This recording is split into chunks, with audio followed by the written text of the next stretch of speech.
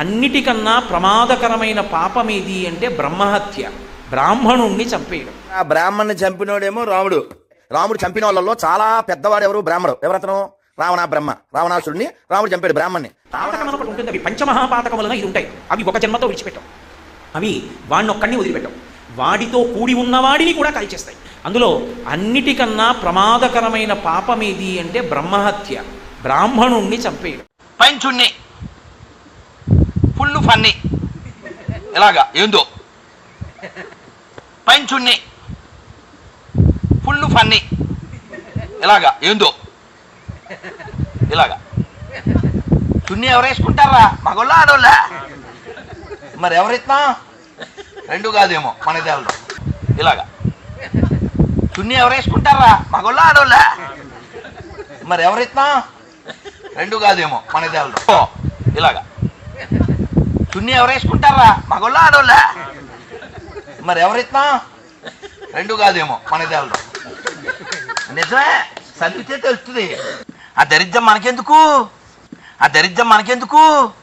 ఆ దరిద్రం మనకెందుకు? బుర్రుందా? దేవుడు అంటే రిచ్గా ఉండాలి. ఏడ్చేవాడు దేవుడు ఏంటండి? బుర్ర లేకున్నాను. ఏడ్చేవాడు దేవుడు ఏంటండి? బుర్ర లేకున్నాను. ఏడ్చేవాడు దేవుడు ఏంటండి? బుర్ర లేకున్నాను. పిల్లాన్ని ఎవడో ఎత్తుపోయాడు, అది మాగతానం. మనం 3 బేకులు పీక్కోలేదు. అది మాగతానం. మనం 3 బేకులు పీక్కోలేదు. అది మాగతానం. మనం 3 బేకులు పీక్కోలేదు. అది మాగతానం. మనం 3 బేకులు పీక్కోలేదు.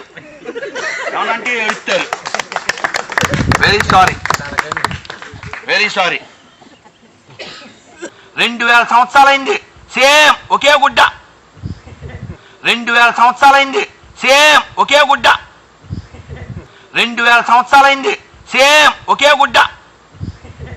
ఏడ్చేవాడు దేవుడు కాదు అని అన్నావు కదా, మరి రాముడు సీత గురించి ఏడ్చాడు కదా. కృష్ణుడు బృందావనం మొదలుపెట్టేటప్పుడు ఏడ్చాడు.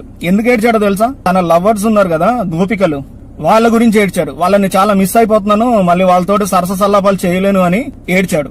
తన ప్రేయసి అయిన రాధ గురించి ఎన్నోసార్లు ఏడ్చాడు. ఏడ్చేవాడు దేవుడు కాదు అని అన్నావు కదా, మరి ఈడు ఏడ్చేవాడు దేవుడు అవుతాడా? కాడు కదా. అది నీ లాజిక్ ప్రకారం.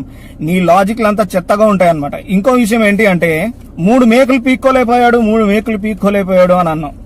ఎవడో ఒక బోయవాడు వేసిన చిన్న బాణము బొటని వేలు గుచ్చుకుంటే గిలగిల కొట్టుకొని తన్నుకొని చచ్చాడు.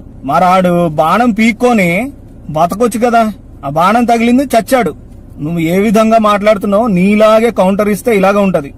నేనెందుకు ఈ విధంగా అంటున్నాను అంటే నువ్వు అన్న విషయమే. ఒకసారి మళ్ళీ ప్లే చేస్తాను చూడండి. ఆడెవడో వచ్చి అనిపిస్తాడా?